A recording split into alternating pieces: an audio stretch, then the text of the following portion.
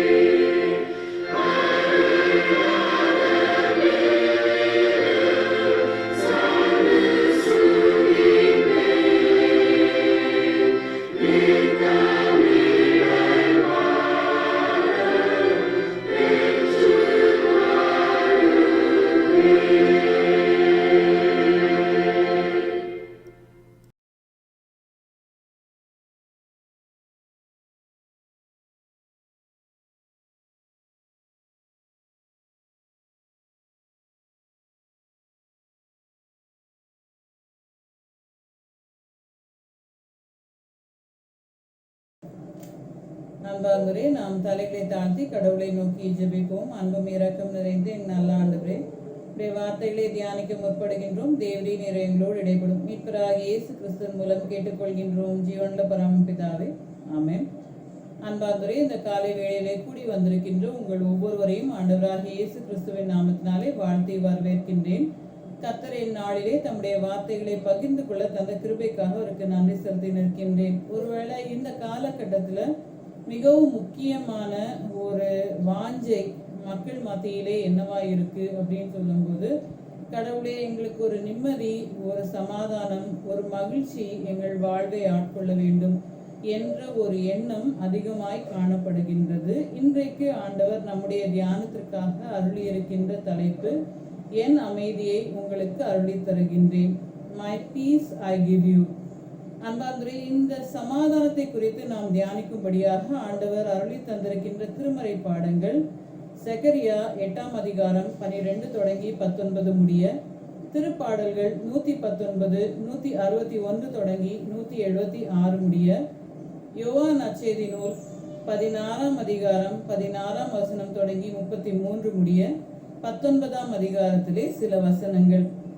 இந்நாளிலே ஆண்டவருடைய சமூகத்தில் வந்து நிற்கும் பொழுதும் கடவுளுடைய கிருபையினாலே நமக்கு இந்த வசனம், என் சமாதானத்தை உங்களுக்கு அருளி தருகின்றேன், I give you my peace, என் அமைதியை உங்களுக்கு தருகின்றேன் என்ற இந்த வசனம் யோவான் நற்செய்தி நூல் 14ஆம் அதிகாரம் 27ஆம் வசனத்திலே அமைக்கப்பட்டிருக்கின்றது என்பதனை நாம் கண்டுகொள்ள முடியும். இந்த சமாதானத்தை குறித்து நாம் தியானிக்கின்ற வேளையில் இது புதிய ஏற்பாட்டில் மட்டுமல்ல, பழைய ஏற்பாட்டிலே மிக அதிகமான ஒரு ஏக்கத்தை கொண்ட விஷயமா இருக்கு. ஏன்னா குறிப்பா பழைய ஏற்பாட்டு காலகட்டங்களிலே அநேக போர் சூழல்கள் அதிகமாக இருந்தன என்பதனை நாம் கண்டுகொள்ள முடியும். அதுக்கு நடுவுல கடவுள் ஏன் அந்த போரை அனுமதித்தார், கடவுளுடைய கோபத்தினுடைய வெளிப்பாடாக சில காரியங்களை நாம் காணக்கூடிய சூழல்கள், ஆண்டவர் அடிமைத்தன கட்டுகளிலிருந்து மக்களை மீட்டெடுத்து அவர்களுக்கு தருகின்ற புது நம்பிக்கையாக அமைகின்ற சமாதானம், இவற்றை குறித்து தியானிப்பதற்கான ஒரு அழைப்பு நமக்கு அருளப்படுகின்றது. செகரியா புத்தகம் கடவுள் நினைவு கூறுகின்றார். The Lord remembers என்பது செகரியா என்ற சொல்லுக்கான பொருள். இதுல நம்ம பார்க்கக்கூடிய காரியம், முதலாவது ஆலயம் இடிக்கப்பட்டு மக்கள் சிறைபிடிக்கப்பட்டு சென்றதன் பின் செருபாபேலோடு சேர்ந்து மக்கள் மறுபடியுமாக திரும்பி தேவாலயத்தை 2ஆம் முறை கட்ட முற்படுகின்ற வேளையில் கடவுளுடைய வழிநடத்துதலாக, கடவுளுடைய மனம் திரும்புதலின் அழைப்பாக இந்த புத்தகத்தை நாம் காண முடிகின்றது. ஆகாய் புத்தகத்தினுடைய சமகாலமாகவோ அல்லது பிற்காலமாகவோ அமைந்திருக்கும் என்ற ஒரு சூழ்நிலையும் இந்த புத்தகத்தோடு அமைந்திருக்கின்றது. குறிப்பா இன்னைக்கு நம்ம பார்க்க போகின்ற பகுதி, கடவுள் எந்த விதமான சமாதானத்தை தரப்போகின்றார். அன்பார்ந்தவரே, பலவிதமான சூழ்நிலைகளுக்குள்ளாக தங்களையே திணித்து கொண்ட மக்கள் கூட்டத்தை நாம் காண்கின்றோம். 7ஆம் அதிகாரம் 8வது வசனத்திலிருந்து நம்ம பார்த்தோம்னா, ஆண்டவர் சொல்றாரு, நான் திக்கற்ற விதவைகளை நீங்கள் துன்பப்படுத்தாதீர்கள், பெற்றோர் அற்றவர்களை நீங்கள் பார்த்து கொள்ளுங்கள், அந்நியரை ஏழைகள் மீது உங்களுடைய அன்பு இருக்கட்டும், ஒருவர் மீது ஒருவர் நீங்கள் பொறாமையோ தீமையோ இருதயத்தில் கொள்ளாதீர்கள் என்று நான் சொல்லும் பொழுது, நீங்க அதை பற்றி சுத்தமா கவலைப்படல, உங்களுடைய சிந்தனை, உங்களுடைய கெடுதலான புத்தி அதிகமாக இருந்தது என்று சொல்லக்கூடிய கடவுளுடைய கோபத்தின் வார்த்தையை நாம் அங்கே காண்கின்றோம். அதுக்கு முன்னாடி அவர் சொல்றாரு, உங்களுடைய உபவாசங்களை நான் எப்படி எடுத்துக்கொள்வது என்ற ஒரு கேள்வி இருக்குது. அதனால கடவுளுடைய கோபம் இருக்கக்கூடிய இந்த வேளையில் ஆண்டவர் மக்களின் துன்ப குரலை கேட்டு மறுபடியுமாக தரக்கூடிய நம்பிக்கையின் வார்த்தைகள் இன்றைக்குள்ள பகுதியில் அமைந்திருக்கு. ஸோ நம்ம வாழ்க்கையில ஒரு போராட்டம், நம்ம வாழ்க்கையில ஒரு துன்பம், நம்ம வாழ்க்கையில ஒரு இக்கட்டு எங்க போறது அப்படின்னு சொல்லும் பொழுது, கடவுளிடமிருந்தே ஒரு நியாய தீர்ப்போ நீதியோ ஒரு துன்பமோ வந்திருக்கும் என்ற ஒரு பயமும் அச்சமும் நமக்கு இருந்தாலும் கூட, மறுபடியும் கடவுள்கிட்ட திரும்பவும் அவருடைய அன்பின் தொடுதலை கண்டுணரவும் நமக்கு ஒரு அழகான அழைப்பை தருகின்ற பகுதி இந்த பகுதி. இந்த பகுதியில நீங்க பாத்தீங்கன்னா ரொம்ப அழகான வழிநடத்துதல்கள் அமைக்கப்பட்டிருக்கு. கடவுள் சொல்றாரு, இப்போல இருந்து சமாதானம் விதைக்கப்படும், அமைதி விதைக்கப்படும், மகிழ்ச்சி விதைக்கப்படும். இந்த சமாதானம் என்றால் என்ன? ஷாலோம் அப்படின்ற ஒரு சொல் இதற்காக பயன்படுத்தப்படுது. ஷாலோம் என்ற சொல்லை குறித்து இந்த பகுதியை தியானித்ததன் பின் நம்ம முழுமையா ஆழமா சிந்திக்க முற்படலாம்.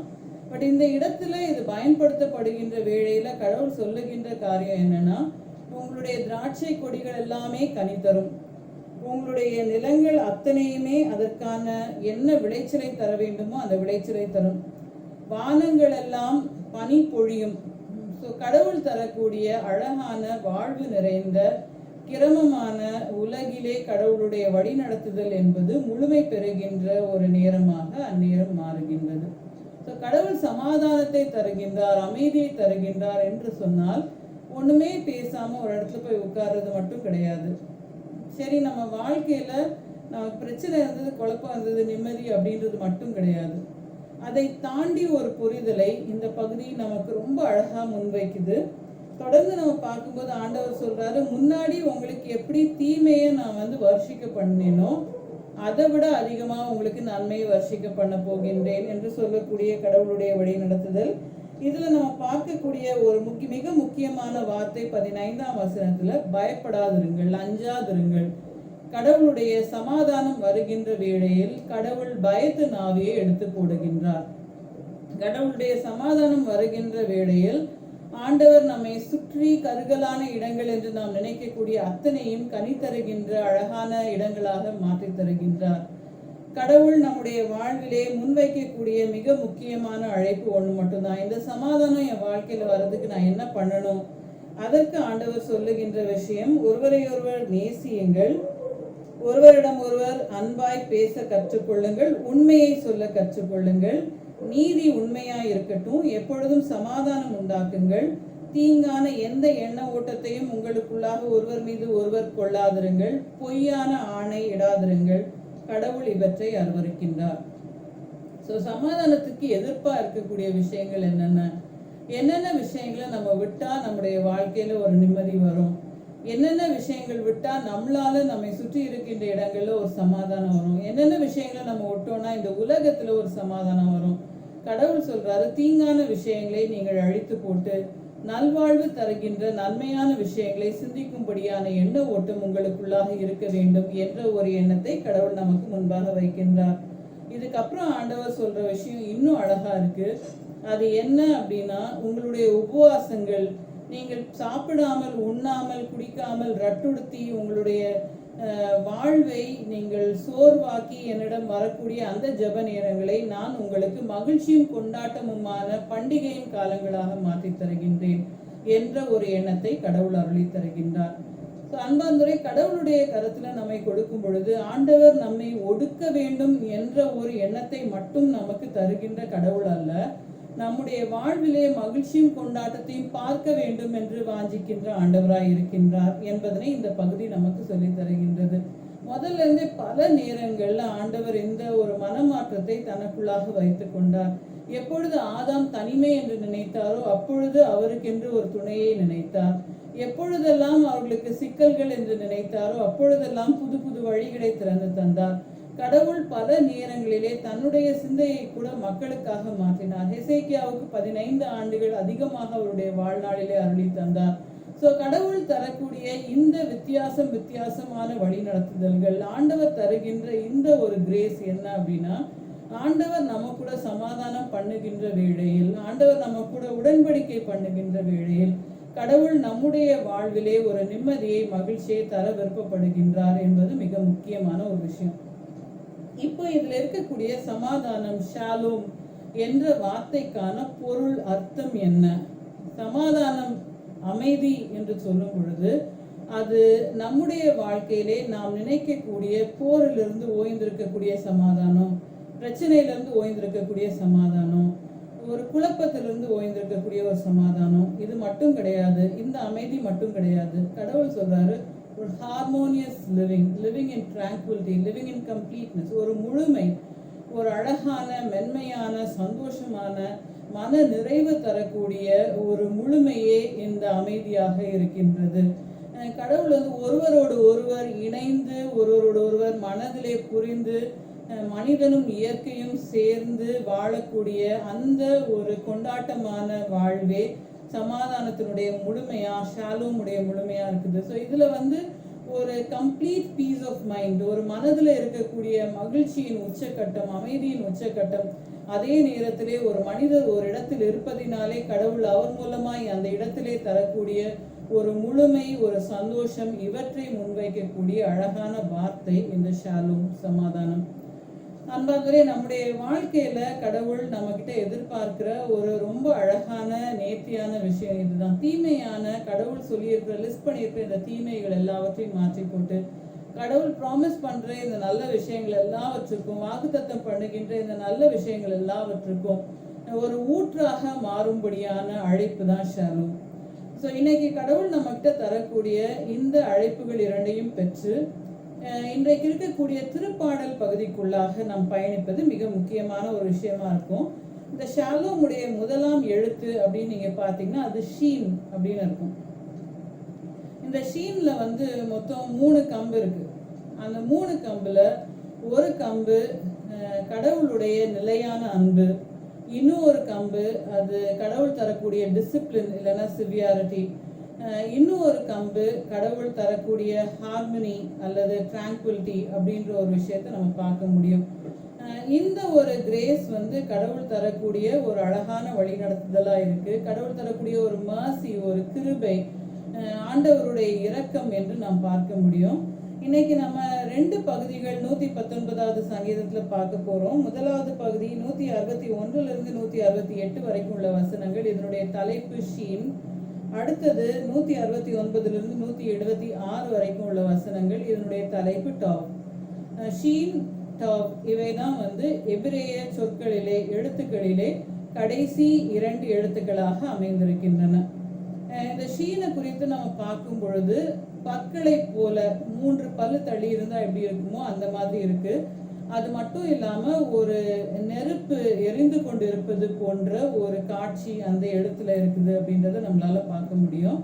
ஸோ கடவுளுடைய கொழுந்து வெட்டு எரிகின்ற அந்த ஒரு வழி நடத்துதலை நம்ம இதுல பார்க்க முடியும். இதுல ஃபர்ஸ்ட் பார்ட் ஒருவேளை நமக்கு வழி நடத்துதலாக இருக்கின்ற ஒரு வேளையில ஆண்டவர் நமக்கு தரக்கூடிய கைடன்ஸ் ஃபர்ஸ்ட் நம்ம பார்த்தோம் இல்லையா. ஃபர்ஸ்ட் கம்பு அப்படின்னு சொல்லும்போது கடவுளுடைய அன்சீசிங் லவ், ஆண்டவருடைய லவ்விங் கைண்ட்னஸ், கெசத் என்பது அதனுடைய பொருள், அதனுடைய பெயர். அந்த கெசத் எப்படி இருக்கு அப்படின்னா, என்னை அதிகாரிகள் துன்பப்படுத்துகின்ற வேளையிலும், இங்க ராஜகுமாரர்கள் ராஜாக்கள் துன்புறுத்துகின்ற வேளையிலும், நான் அது காரணமின்றி என்னை துன்புறுத்துகின்ற வேளையிலும் என்னுடைய இருதயம் கடவுளுடைய வார்த்தைகளிலே மதிமயங்கி நிற்கின்றது. என்னுடைய அன்பு, அந்த கெசத், கடவுளுடைய லவ் அப்படின்றது அவருடைய வார்த்தையிலிருந்து எனக்குள்ளாக எனக்கு இருக்கக்கூடிய மிக பெரிய பிரச்சனைகளை கூட நான் மறந்து நிற்கும்படியான ஒரு வழி நடத்துதலை எனக்கு அருளி தருது. அவருடைய வார்த்தை மிகவும் அதிகமான கொள்ளை பொருட்களை பெறுவதை விட மிகவும் மகிழ்ச்சியை எனக்கு தருது. கடவுளுடைய வார்த்தையின் மீது நான் வைத்திருக்கின்ற அன்பு என்பது பொய்மையை வெறுக்கக்கூடிய மகிழ்ச்சி எனக்கு தருது. ஸோ கடவுளுடைய இந்த அன்பு, அவருடைய வார்த்தையிலே நான் பெறுகின்ற கடவுளுடைய அன்பு என்பது ஒரு துணிச்சலான ஒரு மனிதத்தை எனக்குள்ளாக உருவாக்கி தீமையை வெறுக்கவும் கடவுளை நம்பவும் வழிகாட்டுகின்றது என்பதனை அருளி தருகின்ற விஷயம் இது. ஷாலோம்ல சமாதானத்துல முதலாவது இருக்கக்கூடிய விஷயம் கடவுளிடம் பெற்றுக்கொள்ளக்கூடிய அந்த அன்பின் ஆழமாக அமைகின்றது என்பதனை கடவுள் நமக்கு உறுதிப்படுத்தி தருகின்றார். 2வது நமக்கு இருக்கக்கூடியது கடவுள் தரக்கூடிய சிவியாரிட்டி அண்ட் டிசிப்ளின். ஆண்டவர் நம்மை சரிப்படுத்தி நம்மை தீர்க்கமாய் தம்முடைய பயணத்திலே வழியிலே வழி நடத்தி செல்லக்கூடிய ஒரு விஷயம் அது. அதுல நம்ம பார்க்கக்கூடியது என்ன அப்படின்னா, 7 முறை கடவுளிடம் ஜெபிக்கும்படியான ஒரு அழைப்பு, மறுபடியும் ஆழமாக கடவுளோடு கொள்ளக்கூடிய உறவிலே நாம் அசிபாரப்படுகின்ற ஒரு விஷயம். ஏன்னா ஆண்டவருடைய கட்டளைகள் எல்லாம் நீதியானவைகளாக இருக்கின்றன. இந்த சிவியாரிட்டி அப்படின்னு சொல்லும் போதும், ஆண்டவர் டிசிப்ளின் பண்றார் அப்படின்னு சொல்லும் போதும், நீதியை கண்டு கொள்ளக்கூடிய ஒரு வழி நடத்துதலை கடவுளுடைய வார்த்தையிலிருந்து நாம் பெற்றுக்கொள்ளுகின்றோம். அடுத்தது நம்ம பார்க்கக்கூடிய காரியம் என்னன்னா, கடவுளுடைய சமாதானம் நமக்குள்ள வரும் பொழுது இடறி விழாமல் கடவுள் பார்த்து கொள்வார். ஸோ இந்த டிசிப்ளின் அப்படின்றது இடறி விழுதல், கல்லை தட்டி இடறி விழுதல் மட்டும் இல்லை, வாழ்க்கையில பொயில இடறி விழுதலோ அல்லது தேவையற்ற விஷயங்களை இடறி விழுறதோ, கடவுளுக்கு பிரியமான விஷயங்களை, பிரியம் இல்லாத விஷயங்களை இடறி விழுறதோ, நம்முடைய வாழ்வில் ஆண்டவர் சரிப்படுத்த விருப்பப்படுகின்ற விஷயங்கள். அடுத்தது நம்ம இதுல பார்க்கக்கூடியது என்னன்னா, ஆண்டவருடைய ரட்சிப்பை பெற்றுக்கொள்ள அவருடைய கட்டளைகள் நிறைவேறுவதனை கண்டு ஸ்தோத்திரிக்கக்கூடிய ஒரு விஷயத்தை நாம் காண்கின்றோம். ஸோ இது ரட்சிப்பை பெற்றுக்கொள்ள வேண்டும் என்றால் கடவுளுடைய கட்டளைகள் நிறைவேறுவதை காண வேண்டும். ஸோ டிசிப்ளின் இன் ஃபுல், முழுமையான கடவுளுடைய வழி நடத்துதலும் சரிப்படுத்துதலும் நெறிப்படுத்துதலுக்குள்ளாகவும் என்னை அர்ப்பணிக்கின்ற அல்லது என்னை உட்படுத்தி கொள்ளுகின்ற ஒரு நிலை என்பது சமாதானத்தின் இரண்டாம் பகுதியாக அமைகின்றது. முதல்ல நம்ம பார்த்தது கடவுள் தரக்கூடிய நிலையான அன்பு. ரெண்டாவது நம்ம பார்க்கக்கூடியது கடவுள் நம்மை சரிவர சீர்படுத்தி செல்லுகின்ற ஒரு பாதையை உருவாக்கி தருகின்ற வழி நடத்துதல். மூன்றாவது நாம் பார்க்க போகின்றது ஆண்டவருடைய கிருபை, ஆண்டவருடைய இரக்கம், ஆண்டவருடைய அன்பு, ஆண்டவருடைய நேர்த்தியான வழி நடத்துதலை நம்ம பார்க்க போறோம். இந்த கிருபையும் இரக்கமும் என்று சொல்லும் பொழுது அது மிகவும் ஆழமாக கடவுளிடமிருந்து நமக்கு அருளப்படுகின்றது. இந்த அன்பும் இந்த கட்டளையும் இருக்கும்போது கடவுள் நமக்கு எதிராக இருக்கக்கூடிய நியாய தீர்ப்புகளுக்கு நம்மை மன்னித்து தம்மிடம் ஏற்றுக்கொள்வதுதான் கிருபை. ஸோ இன்னைக்கு ஆண்டவர் நமக்கு தரக்கூடிய ஒரு விஷயம் என்னன்னா, ஆண்டவருடைய கட்டளைகளை கீழ்ப்படிந்து ஆண்டவருடைய ஒவ்வொரு நெறிமுறைகளையும் கடைபிடிப்பது என்பது கடவுள் நமக்கு தரக்கூடிய கிருபை. அந்த கிருபை நமக்குள்ள பூர்ணப்படும் பொழுது நம்முடைய வழிகள் செவைப்படும் என்பதனை ஆண்டவர் நமக்கு சொல்லி தருகின்றார். ஸோ இந்த பகுதியில நம்ம பார்க்கக்கூடிய ஒரு அழகான வழி நடத்தல் ஷாலோம் என்றால், கடவுளோட எனக்கு இருக்கக்கூடிய சமாதானம் எப்படி இருக்க முடியும் அப்படின்னா, ஆண்டவர் என்னை நேசிக்கிறாரு, ஆண்டவர் என்னை சரிப்படுத்துறாரு, ஆண்டவர் எனக்கு கிருபை பாராட்டுறாரு, அதனால நான் வாழ்வை பெற்றுக் கொள்ளுகின்றேன் என்ற ஒரு விஷயத்தை நாம் காண முடியும். அன்பார்ந்தவரே, இரண்டாவது பகுதி இந்த ஷாலோம் எப்படி முழுமை பெறும். டாவ் என்றால் கிராஸ் அல்லது சைன், மார்க் என்ற அர்த்தம்.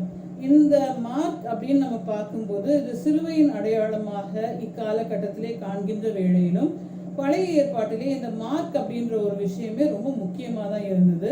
அது எப்படி இருக்கு அப்படின்னா, டான் அப்படின்ற ஒரு வார்த்தை பயன்படுத்தப்படுது எசேக்கியேல் 9ஆம் அதிகாரம் 4ஆம் வசனத்துல.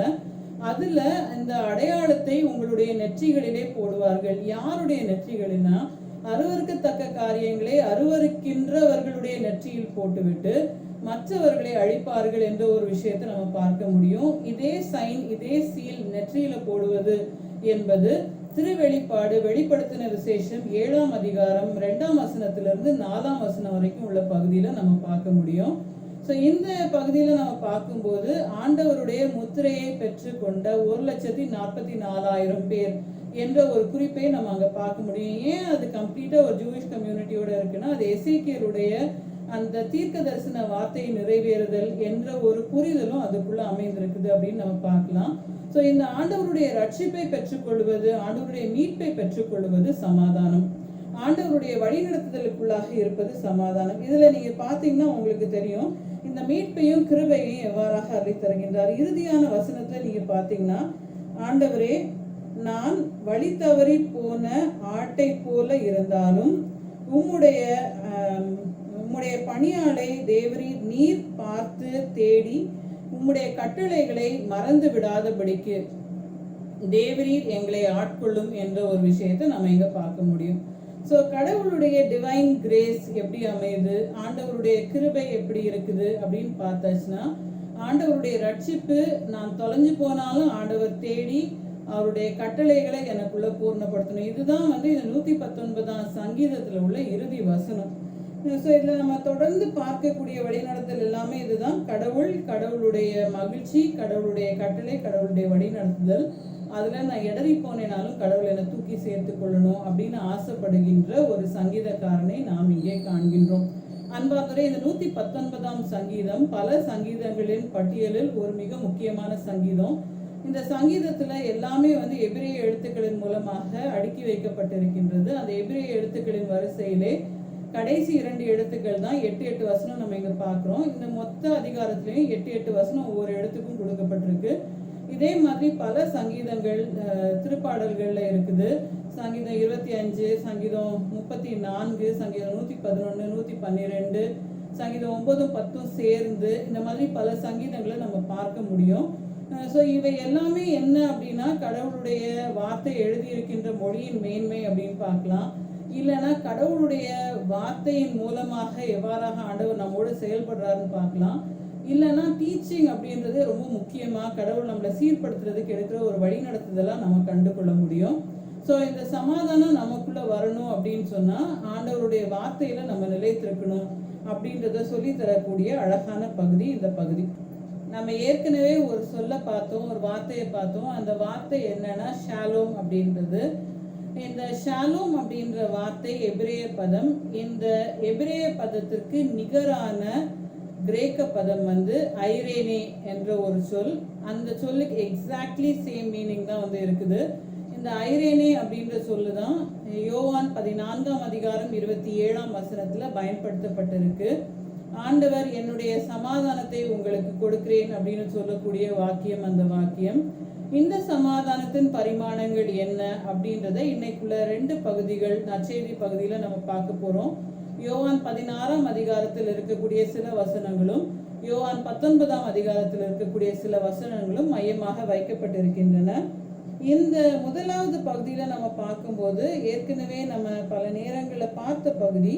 ஆனால் மறுபடியும் நமக்கு உறுதிப்படுத்தப்படுகின்ற ஒரு விஷயம் என்ன அப்படின்னா, சற்று நேரம் நான் உங்களிடமிருந்து கடந்து போகின்றேன், அதுக்கப்புறம் நான் திரும்ப வருவேன். அப்போ எல்லாரும் உங்களுடைய துன்பத்தை பார்த்து மகிழ்வாங்க, நீங்களோ அழுது கதறுவீங்க. ஆனால் அது கொஞ்ச காலம்தான்.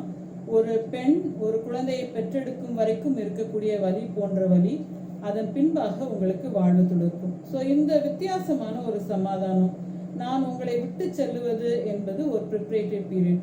அன்பாகவே நிறைய நேரத்தில் இந்த வெயிட்டிங் பீரியட் அப்படின்றது நமக்கு ரொம்ப சோர்வை உண்டாக்கும். கடவுள் அந்த நேரத்தில் ஒரு பீஸ்ஃபுல் கோஎக்ஸிஸ்டன்ஸ் நம்மகிட்ட எதிர்பார்க்கிறார்.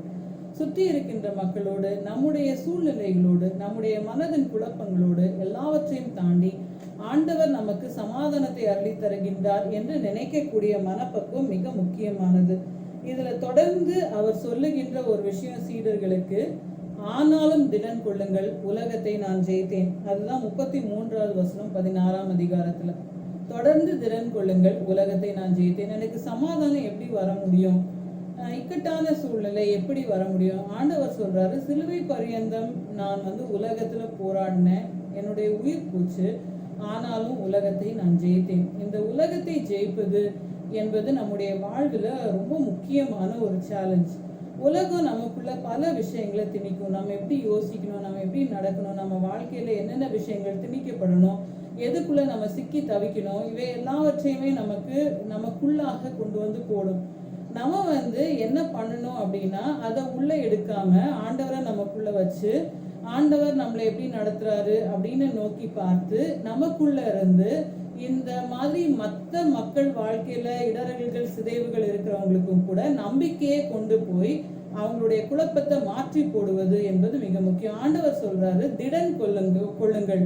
திடன் கொள்ளுவது என்பது மிக முக்கியமான ஒரு வழி நடத்துதல். நம்ம வாழ்க்கையில உள்ள சமாதானத்திற்காக கடவுள் தரக்கூடிய 2வது மிக முக்கியமான பேசிஸ் அதுதான்.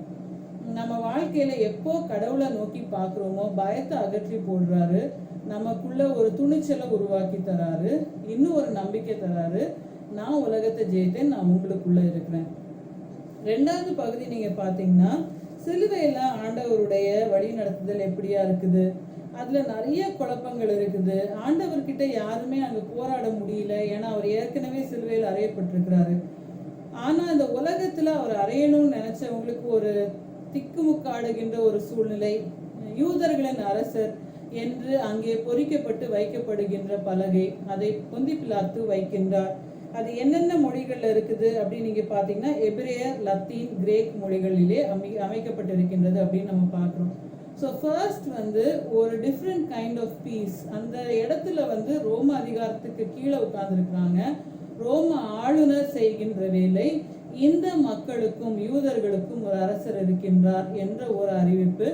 அந்த அரசரை, அந்த மக்களையே சிலுவையிலே அறைகின்றார்கள் என்ற ஒரு அறிவிப்பு.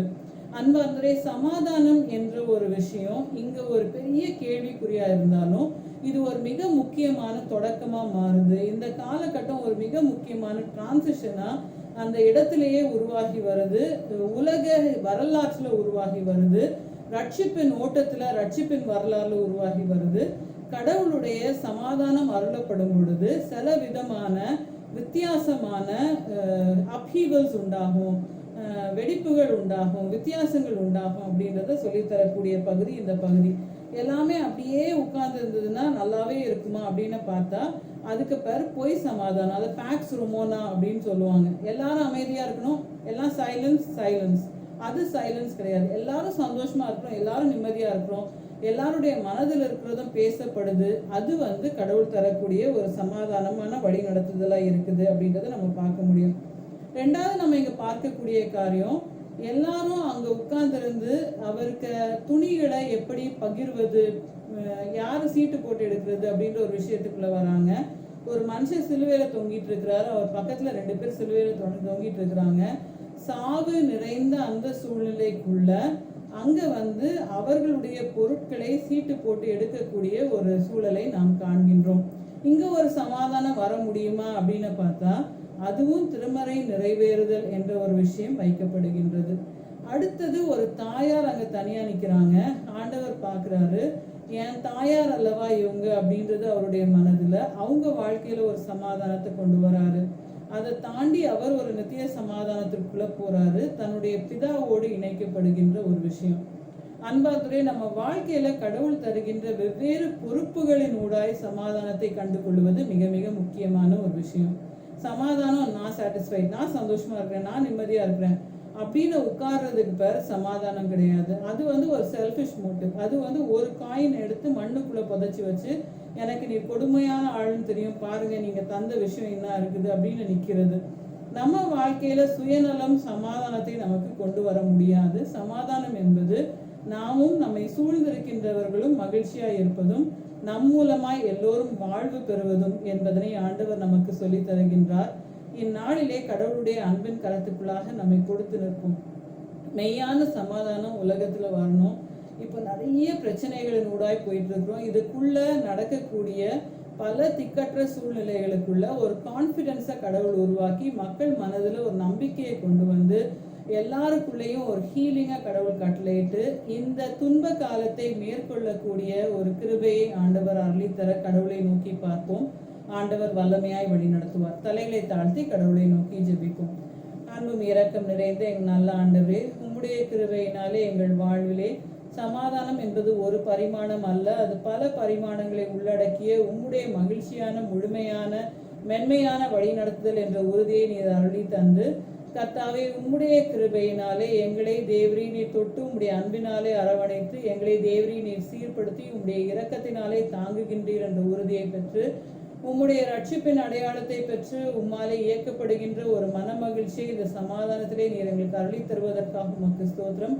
நம்பிக்கையின் பயணம் மட்டுமல்ல, செயல்பாடுகள் முக்கியம் என்பதனை தேவரீ நீர் எங்களுக்கு உறுதிப்படுத்தி தந்து, சமாதானம் என்பது அமைதியான வாழ்வற்ற சூழ்நிலையில் இருக்கக்கூடிய விஷயம் அல்ல, துன்பங்கள் மத்தியிலே உடைய வழிநடத்தலை கண்டுகொள்வது என்ற உறுதியை தேவரீ நீர் கட்டளையிட்டு, ஆண்டவரே அதை நீர் வாழ்ந்து காட்டியிருக்கின்றீர். அதனூடாய் நாங்களும் வாழ கற்றுக்கொள்ள தேவரீ நீர் எங்களை பயிற்றுவிப்பதற்காக உமக்கு நன்றி செலுத்தி நிற்கின்றோம்.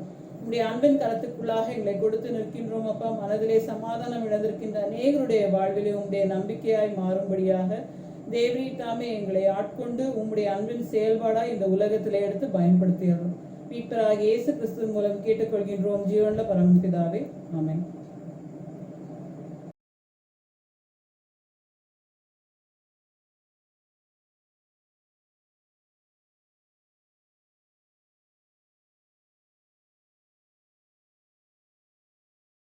அன்பார்ந்தோரே, ஆண்டவருடைய வார்த்தையை பெற்றுக்கொண்டவர்களாகிய நாம் அனைவரும் இணைந்து நம்முடைய விசுவாசத்தை அப்போஸ்தல விசுவாச பிரமாணத்தின் வாயிலாக அறிக்கை செய்வோம்.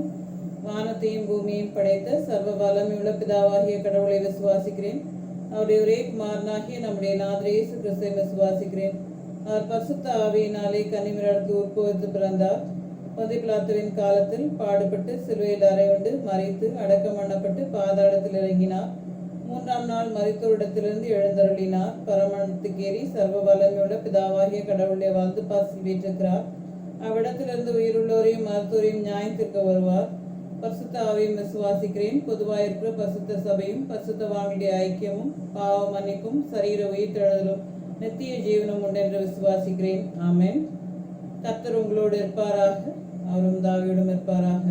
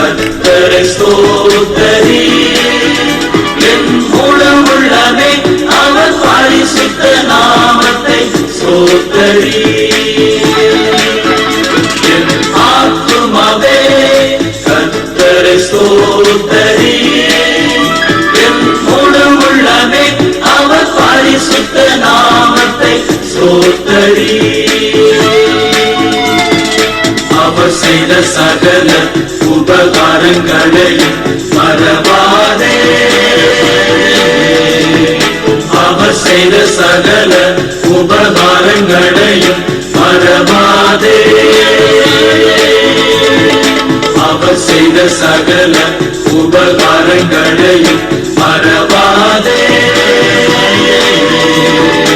அவர் செய்த சகல உபகாரங்களையும் மறவாதே.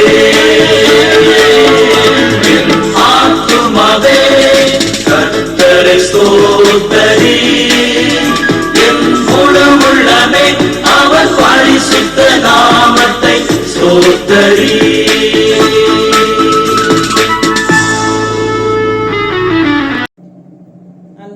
நாம் தொடர்ந்து பிறந்த நாள் திருமண நாள் காண்கின்றவர்களுக்காக தலைகளை தாழ்த்தி கடவுளை நோக்கி ஜெபிப்போம். அன்பும் இரக்கம் நிறைந்த எங்கள் நல்ல ஆண்டவரே, உம்முடைய கிருபையினாலே கடந்த ஆண்டுகளிலே உம்முடைய பிள்ளைகளை உம்முடைய கண்ணன் கண்மணியை போல பாதுகாத்து உம்முடைய அடியவர்களையும் அவருடைய குடும்பத்தையும் செழிக்க பண்ணியிருப்பதற்காக உமக்கு நன்றி செலுத்தி நிற்கின்றோம். ஆண்டவரே, புதிய ஆண்டுக்குள்ளாக பிரவேசிக்கும் பொழுது உம்முடைய பிள்ளைகளின் மனதின் ஜெபங்கள் ஒவ்வொன்றையும் தேவடி நீர் ஏற்று ஆண்டவரே அனைத்து நன்மைகளினாலும் திருப்தியாக்கி உம்முடைய அடியவர்களின் வாழ்வு எதிர்காலம் செழித்தோங்கும்படியாகும். கர்த்தர் தாமே எப்பொழுதும் மகிழ்ச்சியும் மகிமையும் கீர்த்தியுமாயும் பிள்ளைகளை கரம் பிடித்து வழிநடத்த கெஞ்சி நிற்கின்றோம். பொறுப்பேற்றுக்கொள்ளும் ஆசீர்வதியும் மீட்பராகிய இயேசு கிறிஸ்துவின் மூலம் கேட்டுக்கொள்கின்றோம் ஜீவனுள்ள பரமபிதாவே, ஆமென்.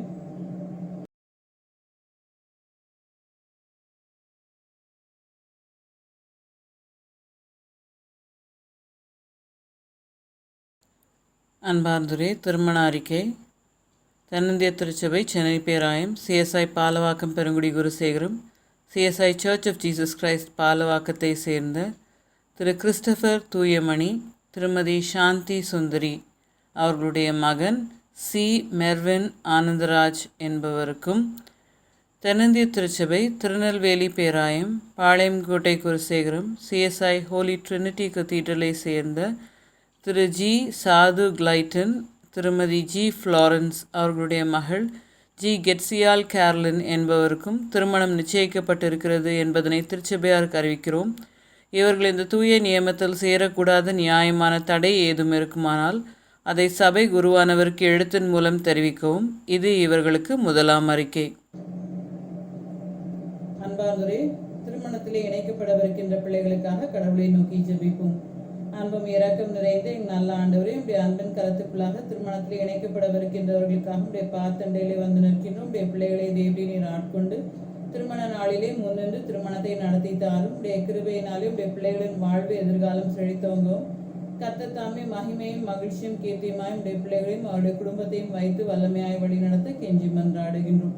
உடைய அன்பின் கருத்துக்குள்ளாக அர்ப்பணித்து நிற்கின்றோம். தேவைகளை சாந்தியும் உடைய பிள்ளைகளை கனப்படுத்தும் ஆசீர்வதியும் பொறுப்பேற்றுக்கொள்ளும். மீட்பராகிய இயேசு கிறிஸ்துவின் மூலம் கேட்டுக்கொள்கின்றோம் ஜீவனுள்ள பரமபிதாவே, ஆமென்.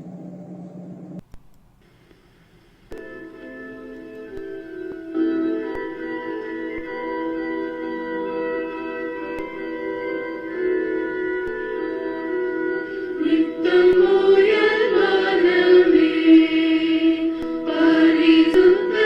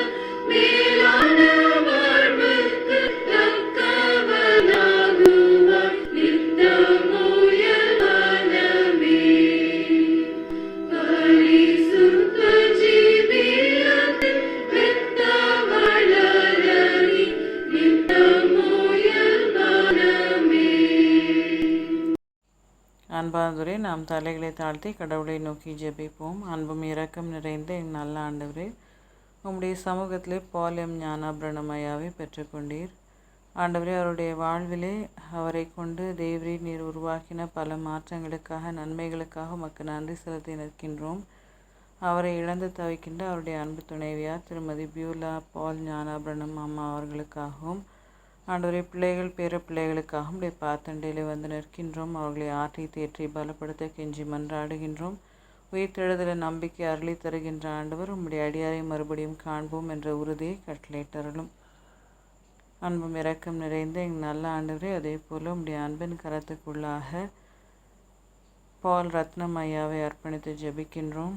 ஆண்டவரே, உம்முடைய கிருபையினாலே அவரை இந்த உலகத்திலே தந்து அவர் மூலமாய் நீர் செய்த நன்மைகளுக்காக உமக்கு ஸ்தோத்திரம். இப்பொழுதும் அவரை உம்முடைய சமூகத்திலே நீர் பெற்றிருக்கும் பொழுதும் அவருடைய அன்பு துணைவியாரை தேவரை நீர் பலப்படுத்தவும். ஆண்டவரே, உம்முடைய கிருபையினாலே அவருடைய மகள் திருமதி எமிலி ரெபேக்கா கோபிதாஸ் அவர்களையும் அவருடைய குடும்பத்தையும் தேவரை நீர் ஆற்றி தேற்றி பலப்படுத்தி நன்மையினால் திருப்தியாக கெஞ்சி மன்றாடுகின்றோம். உம்முடைய அன்பின் கரம் கூட இருந்து தாங்கட்டும். கர்த்தர் தாமே மறுபடியுமாக பால் ரத்னம் ஐயாவை காண்போம் என்ற உயிர்த்தெழுதலின் உறுதியை கட்டளையிட்டு உம்முடைய அன்பினால் வழி நடத்தி அருளும். மீட்பராகிய இயேசு கிறிஸ்துவின் மூலம் கேட்டுக்கொள்கின்றோம் ஜீவனுள்ள பரமபிதாவே, ஆமென். அன்பார்ந்தவரே, நாம் தொடர்ந்து தலைகளை தாழ்த்தி கடவுளை நோக்கி ஜெபிப்போம். கர்த்தாவே எங்களுக்கு இறங்கும், கிறிஸ்துவே எங்களுக்கு இறங்கும், கர்த்தாவே எங்களுக்கு இறங்கும். பரமண்டலங்களில் இருக்கிற எங்கள் பிதாவே, உடைய நாமம் பரிசுத்தப்படுவதாக, உடைய ராஜ்யம் வருவதாக, உடைய சுத்தம் பரமண்டத்திலே செய்யப்படுகிறது போல பூமியிலேயும் செய்யப்படுவதாக. அன்றன்றுள்ள எங்கள் அப்பத்தை எங்களுக்கு இன்று தாரும். எங்களுக்கு விரோதமாய் குற்றம் செய்கிறவர்களுக்கு நாங்கள் மன்னிக்கிறது போல எங்கள் குற்றங்களை எங்களுக்கு மன்னியும். எங்களை சோதனைக்குள் பிரவேசிக்க பண்ணாமல் தீமை நின்று எங்களை ரட்சித்துக் கொள்ளும். ராஜ்யமும் வல்லமையும் மகிமையும் என்றைக்கும் உடையங்களே, ஆமென். ஆண்டவரே, உமது இரக்கத்தை எங்களுக்கு காண்பியும், உடைய ரட்சிப்பை எங்களுக்கு அருளி செய்யும். ஆண்டவரே, எங்களை ஆளுபவர்களை வழி நடத்தும். அவர்களுக்கு பரத்திலிருந்து வரும் ஞானத்தை கொடுத்தரும். உடைய பணிவிடைக்காரருக்கு நீதியை தரிப்பியும், நீ தெரிந்து கொண்ட ஜனத்தை சந்தோஷப்படுத்தும். ஆண்டவரே, உமது ஜனத்தை ரட்சியும், உடைய சுதந்திரத்தை ஆசீர்வதியும். ஆண்டவரே, எங்கள் காலத்தில் சமாதானத்தை தந்துடலும். தேவரீரே அல்லாமல் உலகத்தை ஆளுபவர் வேறு ஒருவரும் இல்லை. கடவுளே, எங்கள் இருதயங்களை சுத்திகரியும். உடைய பரிசுத்த ஆவியை எங்களிடத்திலிருந்து எடுத்துக்கொள்ளாதையும். சமாதானத்திற்காக கடவுளை நோக்கி ஜெபிப்போம். சமாதானத்துக்கு காரணரும் ஏக சிந்தை விரும்புகிறவருமாகிய கடவுளே, உம்மை அறிவதே நித்திய ஜீவன், உம்மை சேவிப்பதே மெய் சுயாதீனம். தேவரீரை தஞ்சமாக கொண்டிருக்கிறோம். அது அடியாராகிய நாங்கள் எந்த விரோதிகளுடைய வல்லமைக்கும் பயப்படாதிருக்கும்படியாக எங்கள் சத்துருக்கள் செய்கிற எல்லா பிரயத்தனங்களை நின்று எங்கள் ஆண்டவர் இயேசு கிறிஸ்துவின் வல்லமையினால் எங்களை காப்பாற்றியருளும். ஆமென். தேவ கிருபைக்காக கடவுளை நோக்கி ஜெபிப்போம். சர்வ வல்லமையுடைய நித்திய கடவுளே, இந்நாள் வரையும் எங்களை சுகமாய் நடத்தி வந்த எங்கள் பரமபிதாவாகிய ஆண்டவரே, இந்நாளிலும் அது மிகுந்த வல்லமையால் எங்களை காப்பாற்றி நாங்கள் யாதொரு பாவத்துக்கு உட்படாமலும் எவ்விதமான மோசத்திலும் அகப்படாமலும் மது பார்வைக்கு நீதியாக இருக்கிறதை எப்பொழுதும் செய்கிறதற்கு நாங்கள் செய்கிற எல்லாவற்றையும் உடைய ஆளுகையினாலே நடத்தி அருள வேண்டும் என்று எங்கள் ஆண்டவர் இயேசு கிறிஸ்துவின் மூலமாய் வேண்டிக் கொள்ளுகிறோம். ஆமென். எல்லா மோசங்களுக்கும் விலக்கி காக்கும்படியாய் கடவுளை நோக்கி ஜெபிப்போம். ஆண்டவரே, எங்கள் அந்தகாரம் நீங்க வெளிச்சம் தந்து இந்த இக்கட்டான காலகட்டங்களிலே நேரிடும் சகல மோசங்களுக்கும் விக்கனங்களுக்கும் மது மிகுந்த இரக்கத்தினால் எங்களை விலக்கி காக்க வேண்டும் என்று உடைய ஒரே குமாரனும் எங்கள் இரட்சகருமாகிய இயேசு கிறிஸ்துவின் அன்பின் நிமித்தம் வேண்டிக் கொள்ளுகிறோம். ஆமென்.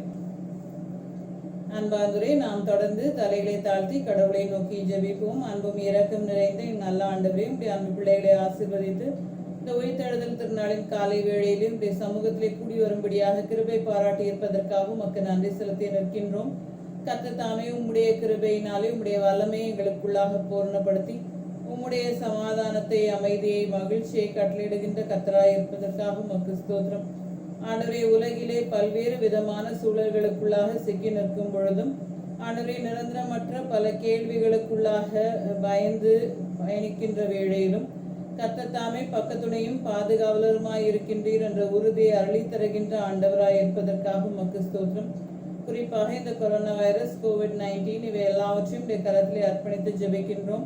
ஒவ்வொரு வைரஸஸ், அதனுடைய மியூட்டேஷன்ஸ், அதனுடைய வேரியன்ட்ஸ் எல்லாவற்றையும் உடைய கரத்திலே கொடுத்து நிற்கின்றோம். தீங்கானதை முற்றிலுமாய் அழித்து போடும்.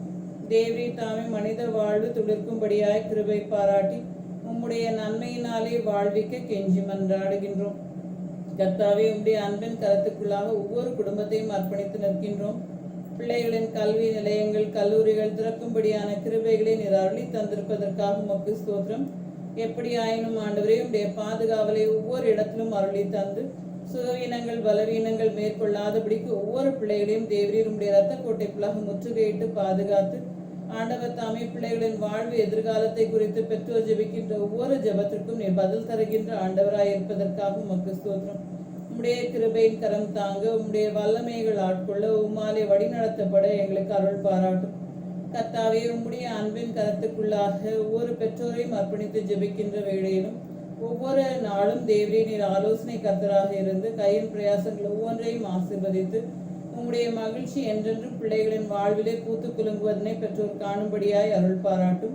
முதிய பெற்றோரோடு தேவரே நீர் இருந்து ஆண்டவரே பிள்ளைகள் பேர பிள்ளைகளின் வாழ்விலே நன்மையை நீர் அருளி தருகின்றீர் என்பதனை அவர்கள் காணவும், நல்ல தெய்வ சுகத்தை, பலத்தை, நீடித்த ஆயுசை, நிறைவான மகிழ்ச்சியை கண்டுகொள்ளவும் தேவரே நீ கிருபை பாராட்டி கழுகுகளைப் போல செட்டைகளை அடித்து உமக்கென்று எழும்பும்படியாக பலவீனங்கள் எல்லாவற்றையும் பயங்களையும் தேவரே நீர் மாற்றி போட்டு பூர்ண சுகத்தை அருளி தருகின்ற கர்த்தராய் இருப்பதற்காக உமக்கு நன்றி செலுத்தி நிற்கின்றோம். கர்த்தாவே, உம்முடைய அன்பின் கரத்துக்குள்ளாக முற்றிலுமாய் அர்ப்பணித்து ஜெபிக்கின்றோம். அப்பா ஆண்டவர், நீர் பக்கத்துணை பாதுகாவலராக இருந்து நீர் வழி நடத்தியறலும் உம்மால் இயக்கப்படுகின்றோம் என்ற உறுதி ஒவ்வொரு நாளும் ஒவ்வொரு குடும்பத்திலும் இருக்க கெஞ்சி மன்றாடுகின்றோம். ஆசீர்வதியும். அதே போல ஆயர்களின் குடும்பம், பேராயரின் குடும்பம் தேவரே நீர் பொறுப்பேற்று உம்முடைய நன்மையினால் திருப்தியாக்கியறலும். பேராய எல்லைகளை உம்முடைய பாதுகாவலினாலே நிரப்பி தேவரே தாமே ஆலயத்தின் எல்லைகள் ஒவ்வொன்றையும் தேவரே நீர் பாதுகாத்து பாலவாக்கம் ஆலயத்தின் எல்லைகளை தேவரே நீர் விரிவாக்கி ஆலயத்தை அஸ்திவாரப்படுத்தி புதிதாய் கட்டி எழுப்பி தளம் போட்டு முழுமையாக்கி தாரும். ஆண்டவரே, பெருமுடைய ஆலயத்துக்காக உடைய பாத்தண்டையிலே வந்து நிற்கின்றோம். அப்பா கர்த்தர் தாமே உடைய ஆலயத்தின் பிரதிஷ்டை நாளை குறித்து வைத்திருக்கின்ற கர்த்தர் உம்முடைய கிருபையினாலே ஆண்டவரே அந்த பிரதிஷ்டை நடக்கும்படியாக நீர் அருள் பாராட்டி அதற்கு முன்பாக ஆலயத்தின் கட்டுமான பணிகள் அனைத்தையும் நிறைவேற்றும்படியாக தடைகள் எல்லாவற்றையும் மாற்றி போட்டு அனைத்து நன்மைகளையும் தேவரே நீர் வாய்க்க செய்திருடும்.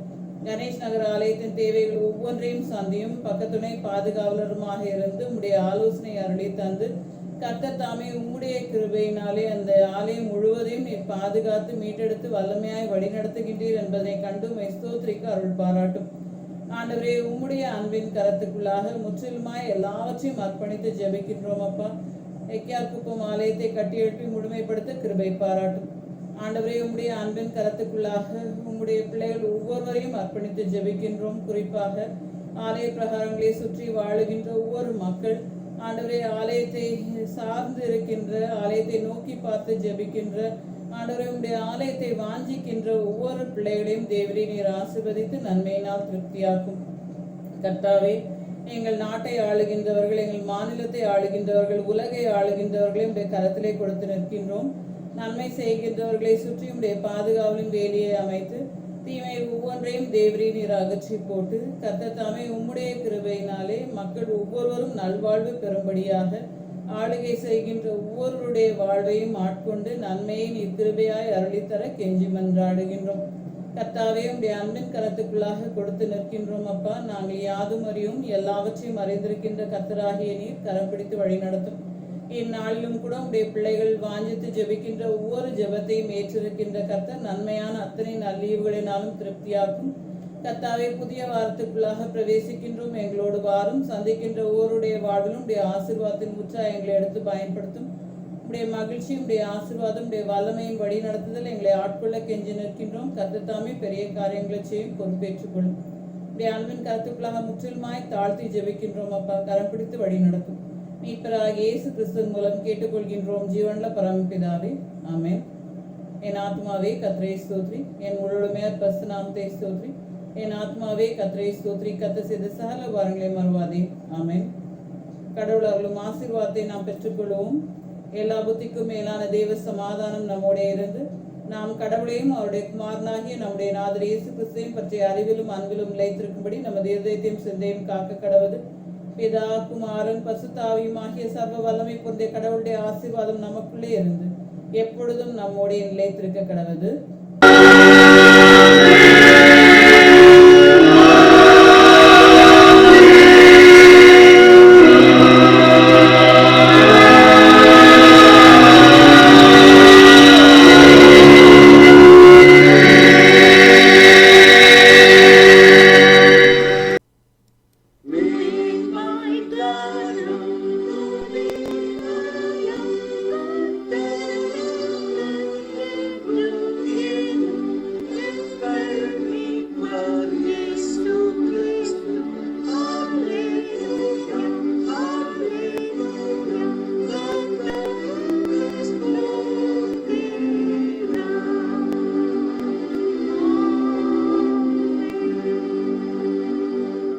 கர்த்தர் உங்களோடு இருப்பாராக, அவரும் தாவியோடும் இருப்பாராக. சந்தோஷத்துடைய சமாதானத்துடைய சகல ஆசீர்வாதங்களுடைய சென்று வாருங்கள். கர்த்தருடைய நாமத்தினாலே ஆமென். May God bless you. Have a blessed and wonderful week ahead.